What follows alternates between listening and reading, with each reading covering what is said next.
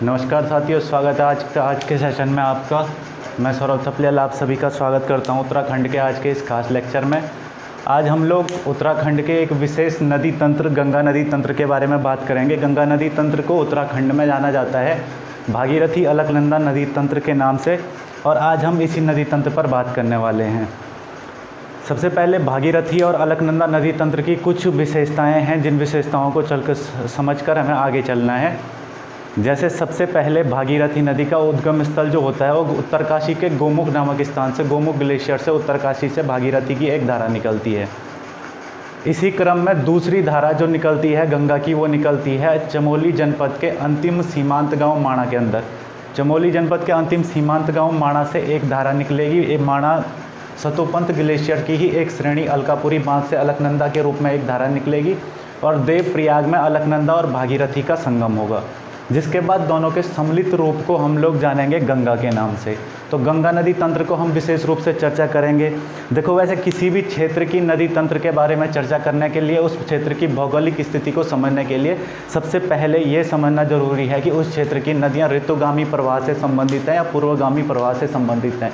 तो उत्तराखंड के विषय में जानकारी मिलती है कि उत्तराखंड की जितनी भी नदियां हैं वो पूर्वगामी प्रवाह से संबंधित हैं। उन सभी नदियों का संबंध पूर्वगामी नदियों से, पूर्वगामी प्रवाह से संबंधित है। हाँ, ऋतुगामी प्रवाह से संबंधित देहरादून क्षेत्र के अंतर्गत हमें कुछ नदियां देखने को मिलती हैं, वो बहुत कम नदियाँ ऐसी हैं जिनमें जो ऋतुगामी प्रवाह से संबंधित है। बाकी ऐसी नदियाँ, सभी नदियाँ ग्लेशियरों से निकलती है और इनमें वर्ष भर पानी रहता है।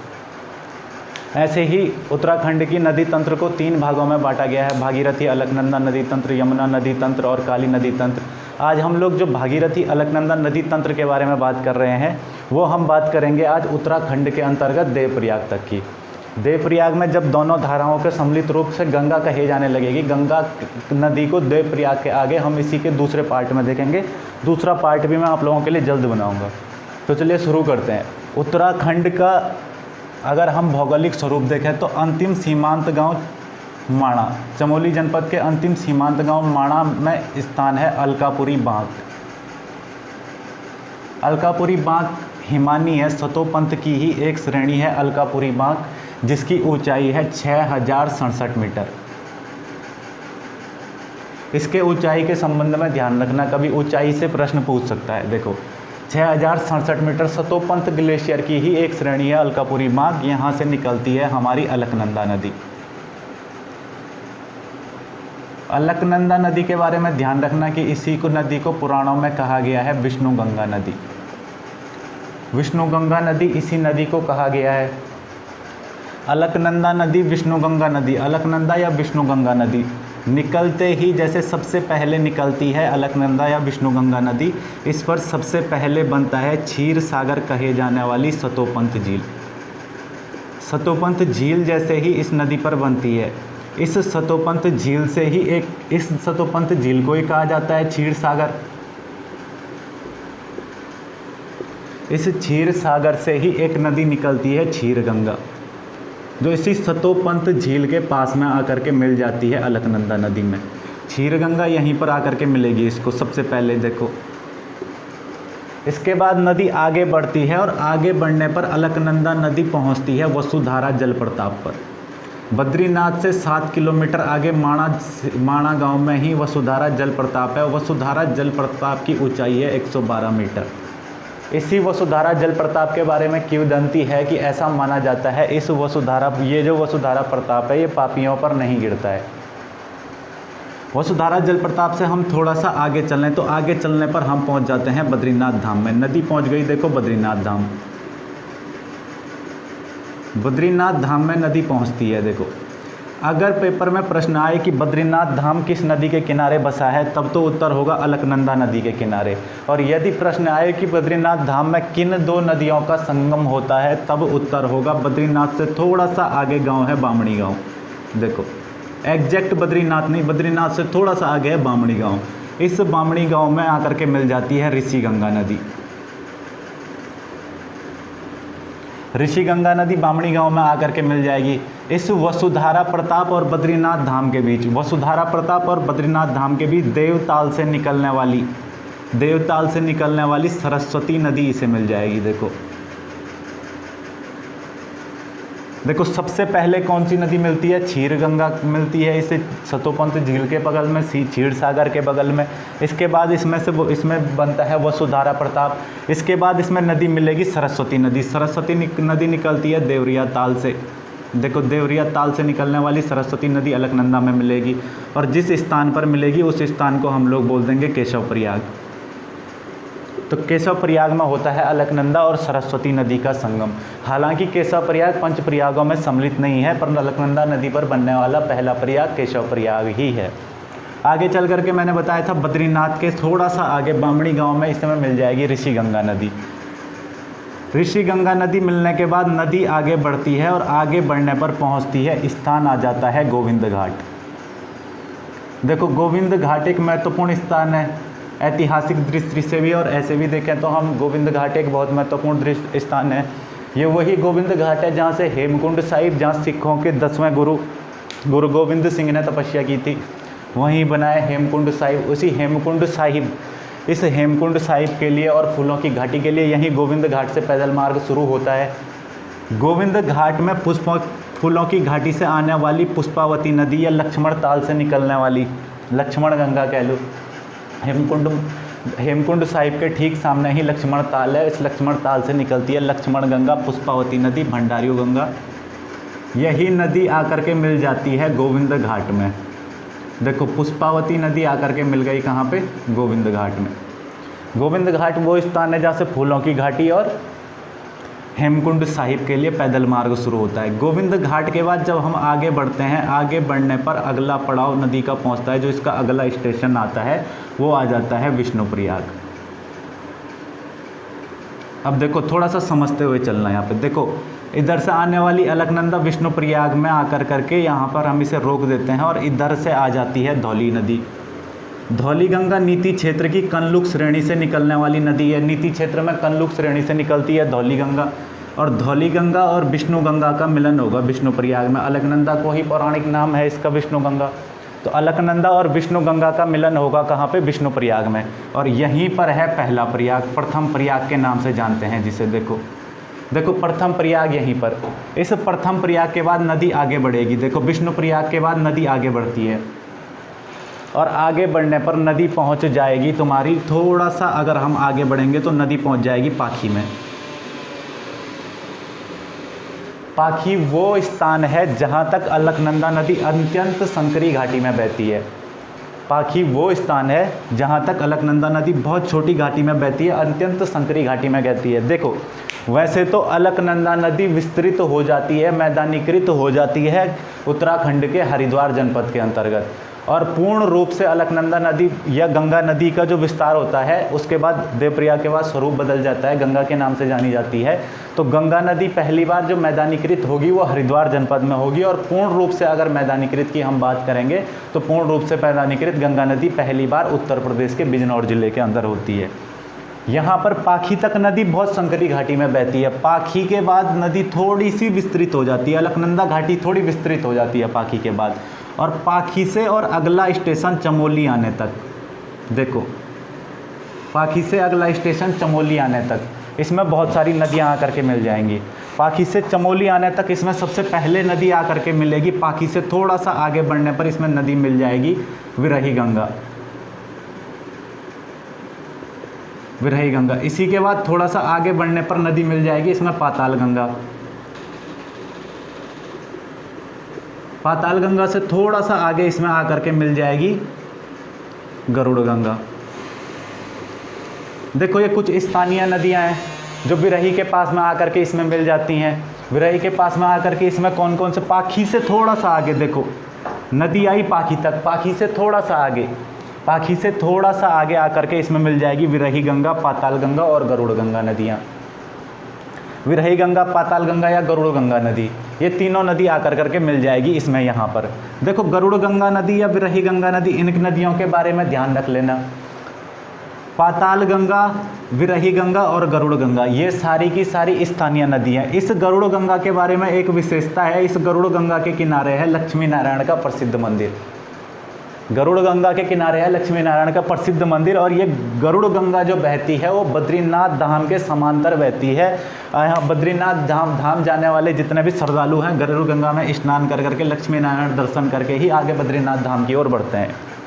इसके बाद जैसे ही हम चमोली से आगे जाने से पहले, चमोली से थोड़ा सा पीछे, गरुड़ गंगा से थोड़ा सा आगे और चमोली से थोड़ा सा पीछे पीपल कोटी वाला क्षेत्र मान के चलते हैं। देखो पीपल कोटी वाले क्षेत्र में इसे नदी आकर के मिल जाएगी, बालखिल्य नदी। तुंगनाथ रुद्रनाथ क्षेत्र की प्रमुख नदी बालखिल्य नदी आकर के मिल जाएगी इसे। तुंगनाथ रुद्रनाथ हम लोग सभी जानते हैं, चोपता तुंगनाथ रुद्रनाथ क्षेत्र से बहने वाली नदी बालखिल्य नदी। बालखिल्य नदी आकर के मिल जाएगी चमोली से थोड़ा सा पहले।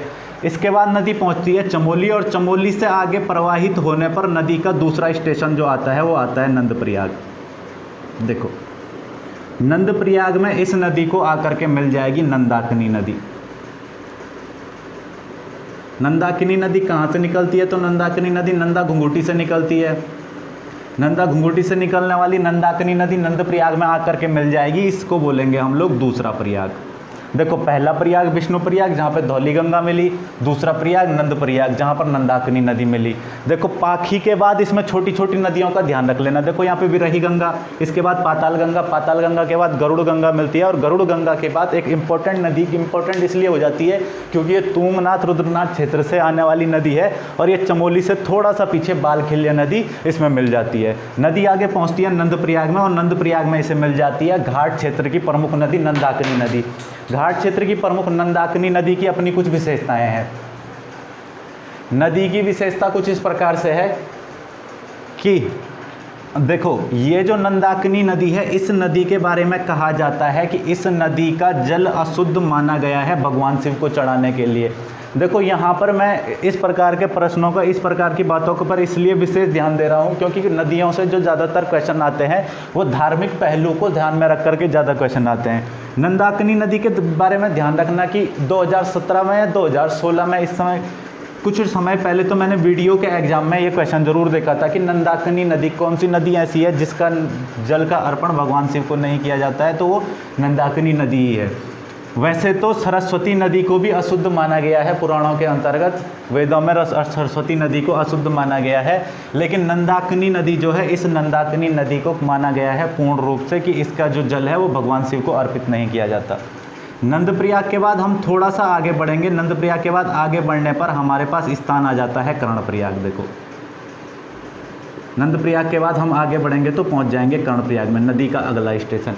कर्णप्रयाग में नदी को मिल जाएगी पिंडर नदी, बागेश्वर के पिंडारी ग्लेशियर से निकलने वाली नदी। देखो पिंडारी ग्लेशियर से निकलती है, देवाल क्षेत्र की प्रमुख नदी।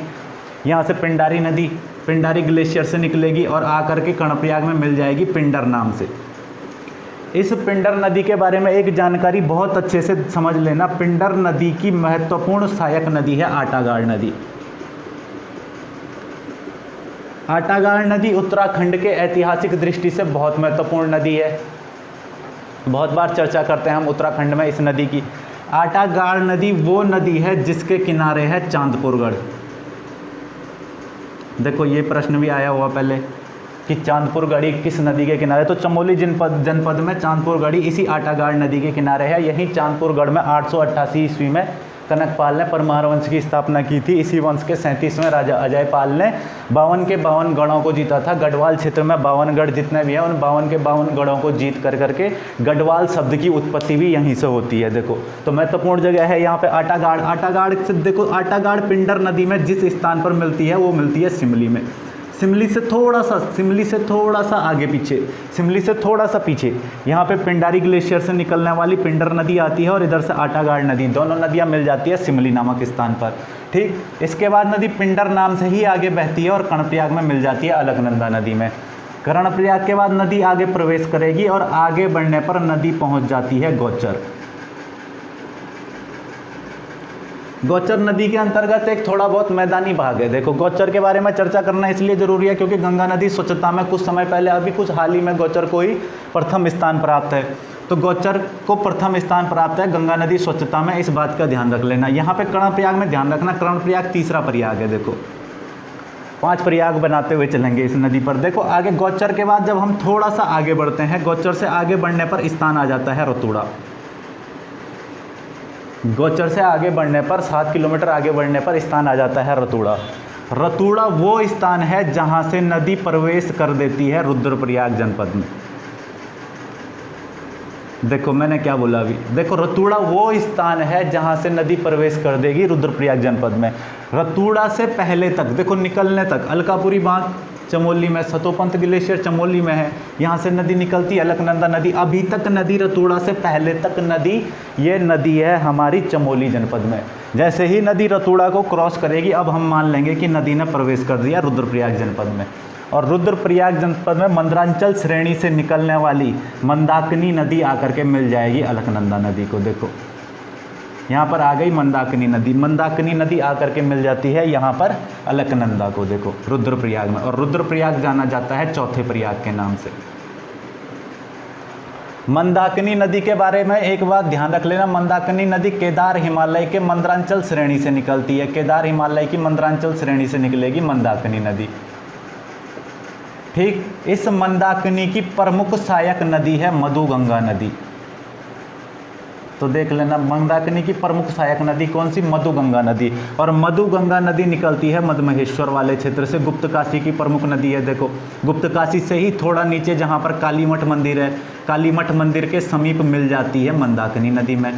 देखो मंदाकिनी की प्रमुख सहायक नदी मधमहेश्वर से निकलने वाली मधुगंगा नदी जो गुप्तकाशी से ठीक नीचे थोड़ा सा नीचे आने पर मिल जाती है मंदाकिनी नदी में। तो मंदाकिनी और मधुगंगा का संगम कालीमठ के समीप होता है। इसके बाद नदी आगे मंदाकिनी के ही नाम से जानी जाती है और जो रुद्रप्रयाग में अलकनंदा नदी में मिल जाएगी। रुद्रप्रयाग में अलकनंदा नदी में मिलने के बाद नदी पहुंच जाती है देवप्रयाग। रुद्रप्रयाग के बाद नदी का जो अगला स्थान आता है वो आता है देवप्रयाग।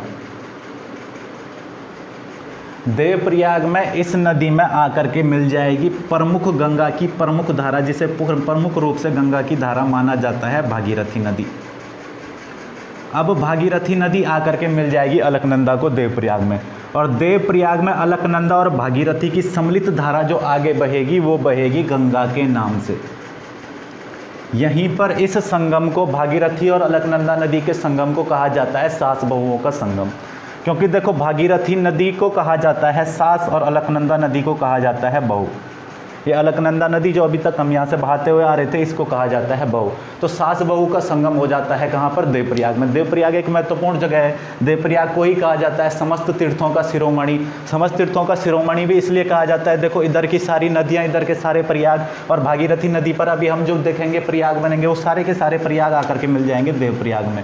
तो देवप्रयाग में जब दोनों के, इधर के प्रयाग और इधर के प्रयाग, दोनों प्रयाग आकर के मिलेंगे तो इसे ही कहा जाता है समस्त तीर्थों का शिरोमणि। देवप्रयाग के बाद अब हम लोग देखो यहाँ पे अलकनंदा नदी को रोकते हैं देवप्रयाग में, और अब बात करते हैं भागीरथी नदी की। भागीरथी नदी देवप्रयाग में आकर के अलकनंदा में मिल जाती है। इससे पहले गोमुख नामक स्थान से निकलती है भागीरथी नदी। यहाँ से हम बात स्टार्ट करते हैं हम भागीरथी नदी के निकलने से। देखो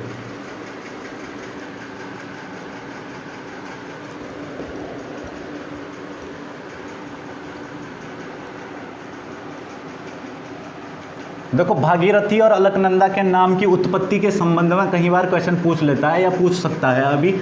तो भागीरथी और अलकनंदा नदी के संबंध में क्वेश्चन ध्यान रख लेना, भागीरथी हो या अलकनंदा नदी हो, दोनों के नामों के पीछे एक विशेष महत्व है। देखो भागीरथी नदी का नाम भागीरथी क्यों पड़ा, देखो कुछ तो होगा इसके पीछे।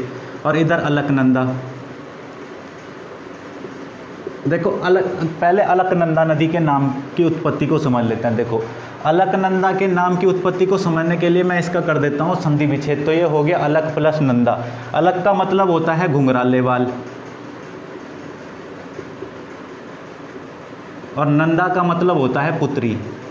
तो ये अलकनंदा नदी के बारे में हो गया, अलकनंदा नदी की जानकारी। अब देखो भागीरथी नदी, भागीरथी नाम कैसे पड़ा, देखो राजा भागीरथ के अथक प्रयासों से गंगा स्वर्ग से पृथ्वी पर अवतरित हुई थी, इसलिए इस नदी को जाना जाता है भागीरथी नदी के नाम से।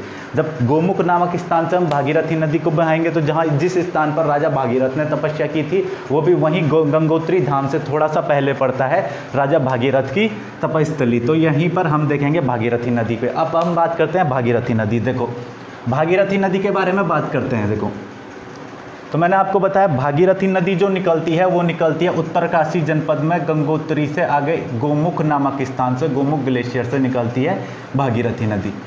यहाँ से निकलती है भागीरथी नदी। देखो भागीरथी निकलेगी, इसमें सबसे पहले जो नदी आकर के मिलती है वो चीड़वासा नामक स्थान पर आकर के मिल जाएगी। देखो चीड़वासा में आकर के इसको सबसे पहली नदी मिलती है भृगु पर्वत से निकलने वाली भोजवासा, भोजगाड़ नदी मिलकर आकर के मिल जाती है चीड़वासा के, इस चीड़वासा नामक स्थान पर भृगु पर्वत से निकलने वाली भोजगाड़ नदी। अब नदी आगे बढ़ती है, जैसे ही चीड़वासा से नदी आगे बढ़ती है नदी पहुंच जाती है गंगोत्री धाम। और गंगोत्री धाम में इसको आकर के मिल जाती है, एग्जैक्ट गंगोत्री धाम में नहीं, गंगोत्री धाम से थोड़ा सा आगे घाट नामक स्थान पर, घाट नामक स्थान पर रुद्रगेरा हिमनद से निकलने वाली रुद्रगंगा नदी से मिल जाएगी। देखो सबसे पहले गोमुख से भागीरथी नदी निकलते ही इसमें सबसे पहले मिलती है भोजगाड़ नदी, जो चीड़वासा में आकर करके भागीरथी में मिल जाती है। इसके बाद नदी पहुंचेगी गंगोत्री धाम। गंगोत्री धाम से थोड़ा सा आगे घाट नामक स्थान पर रुद्रगेरा हिमनद से निकलने वाली रुद्रगंगा नदी भागीरथी में आकर के मिल जाएगी। घाट से जैसे ही नदी आगे बढ़ेगी, आगे बढ़ने पर स्थान आ जाएगा भैरव घाटी। देखो यहाँ पे ध्यान रख लेना, गंगोत्री धाम जो है वो भागीरथी नदी के किनारे है। जैसे बद्रीनाथ धाम अलकनंदा नदी के किनारे है, वैसे ही यहाँ पर गंगोत्री धाम जो है वो भागीरथी नदी के किनारे। बद्रीनाथ धाम से और भी प्रश्न पूछ लेता है, जैसे बद्रीनाथ धाम से काफ़ी सारे प्रश्न पूछ लेता है, उस पर मैं एक अलग वीडियो बनाऊँगा। बद्रीनाथ धाम में नर और नारायण पर्वत दोनों दो पर्वतों के मध्य बसा हुआ है बद्रीनाथ धाम। बद्रीनाथ धाम में जो नर और नारायण पर्वत के मध्य जो घाटी है, उस घाटी में ही बहती है अलकनंदा नदी। मैं अलकनंदा नदी वाले में चर्चा करने, जब हम वहाँ पे चर्चा कर रहे थे, तो उसके बाद में बद्रीनाथ धाम पे विशेष रूप से चर्चा करेंगे, तो वहाँ पे उन सारी चीज़ों को मैं बताऊँगा। नर और नारायण पर्वत, देखो नर और नारायण पर्वत संकेत है भगवान कृष्ण और अर्जुन का। कृष्ण और अर्जुन का संकेत है नर और नारायण पर्वत। इससे संबंध में प्रश्न भी पूछा था एक बार ग्राम विकास अधिकारी के पेपर में कि नर और नारायण पर्वत किससे संबंधित है। तो नर और नारायण पर्वत, नर पर्वत संबंधित है अर्जुन का प्रतीक है, और नारायण पर्वत भगवान कृष्ण का प्रतीक है बद्रीनाथ धाम में। नारायण पर्वत पर ही बद्रीनाथ धाम के चारों ओर फैला हुआ कैला बुग्याल उसी नारायण पर्वत पर है। ठीक वैसे ही यहाँ पर गंगोत्री धाम भागीरथी नदी के किनारे है। ठीक गंगोत्री धाम से थोड़ा सा आगे घाट नामक स्थान पर रुद्रगेरा हिमनद से निकलने वाली रुद्रगंगा नदी मिल जाएगी। इसके बाद नदी पहुँचती है भैरव घाटी। भैरव घाटी में इसे आकर के मिल जाएगी जाड़ गंगा नदी। देखो ध्यान देना यहाँ पे, जाड़ गंगा या जानवी नदी, जाड़ गंगा या जानवी नदी जो निकलती है वो थामला दर्रे से निकलती है। थामला दर्रे से निकलने वाली जानवी या जाड़ गंगा नदी भैरव घाटी में आकर के इसको मिल जाएगी। और भैरव घाटी से थोड़ा सा आगे बढ़ेगी नदी, तो भैरव घाटी से थोड़ा सा आगे बढ़ने पर केदार ताल से निकलने वाली केदार गंगा नदी इसमें आके मिल जाएगी। केदार गंगा नदी भैरव घाटी से थोड़ा सा आगे आकर करके मिल जाती है, इसमें जो निकलती है केदार ताल से, ये मिल जाएगी भागीरथी में भैरव घाटी से थोड़ा सा आगे। जैसे ही केदार गंगा से हम थोड़ा सा आगे बढ़ेंगे, तो आगे बढ़ने पर हम प्रवेश करते हैं मुखबा गांव में। नदी प्रवेश करती है मुखबा गांव में, और मुखबा गांव शीतकालीन आवास है गंगा मैया का। जब 6 महीने कपाट बंद रहते हैं, तो जब ये पूरी पूजा पाठ होती है गंगा मैया की, वो इसी मुखबा गांव में होती है। यहीं मुखबा गांव में ही है कल्प केदार मंदिर, कल्प केदार मंदिर भी यहीं पर है। देखो इस मुखबा गांव से थोड़ा सा आगे बढ़ने पर, मुखबा गांव से थोड़ा सा आगे इसमें आकर के मिल जाएगी दूध गंगा नदी। मुखबा गांव से थोड़ा सा आगे भागीरथी में आकर के मिल जाती है दूध गंगा नदी। दूध गंगा नदी के मिलने के बाद अगला जो स्टेशन आएगा नदी का, वो आएगा हरिप्रयाग। नदी पहुंच गई हरिप्रयाग में, और हरिप्रयाग में आकर के मिल जाती है इसमें हरि गंगा। देखो भैरव घाटी में इसमें मिली थी जाड़ गंगा, केदार ताल से निकलने वाली केदार गंगा मिलती है भैरव घाटी से थोड़ा आगे। इसके बाद पहुंचते हैं मुखबा गांव, मुखबा गांव से थोड़ा सा आगे इसमें आकर के मिल जाती है भागीरथी में दूध गंगा नामक नदी। दूध गंगा नदी मिलती है मुखबा गांव से थोड़ा सा आगे, और थोड़ा आगे बढ़ने पर हम पहुंचते हैं हरिप्रयाग नामक स्थान पर, जहाँ पर इसमें मिल जाती है हरि गंगा नदी। हरिप्रयाग से आगे बढ़ने पर हम लोग पहुँच जाते हैं गुप्त प्रयाग। नदी प्रवेश कर चुकी है गुप्त प्रयाग में। देखो गुप्त प्रयाग जो स्थान है वो है झाला से थोड़ा सा पीछे। झाला से थोड़ा सा पीछे है गुप्त प्रयाग, और झाला से थोड़ा सा पीछे गुप्त प्रयाग में इसमें नदी आकर के मिल जाएगी सिया गंगा नदी। इसी सिया गंगा नदी को केदारखंड के स्कंद पुराण के केदारखंड के अंदर इसी सिया गंगा नदी को कहा गया है नाद गंगा नदी, है ना। इसी सिया गंगा नदी को कहा गया। आगे गुप्त प्रयाग के बाद जब हम आगे बढ़ती है नदी, झाला से आगे बढ़ने पर नदी पहुंच जाती है इंद्रप्रयाग भास्कर क्षेत्र में। इंद्रप्रयाग में नदी पहुंचती है।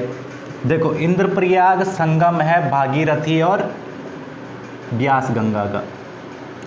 यहाँ पर हो जाएगा भागीरथी और ब्यास गंगा का संगम इंद्रप्रयाग में। देखो यहाँ पर काफ़ी सारी नदियाँ हो गई, थोड़ा कंफ्यूज हो गया होगा। देखो केदार ताल से निकलने वाली केदार गंगा निकलती, केदार गंगा मिल जाती है भैरव घाटी से थोड़ा सा आगे।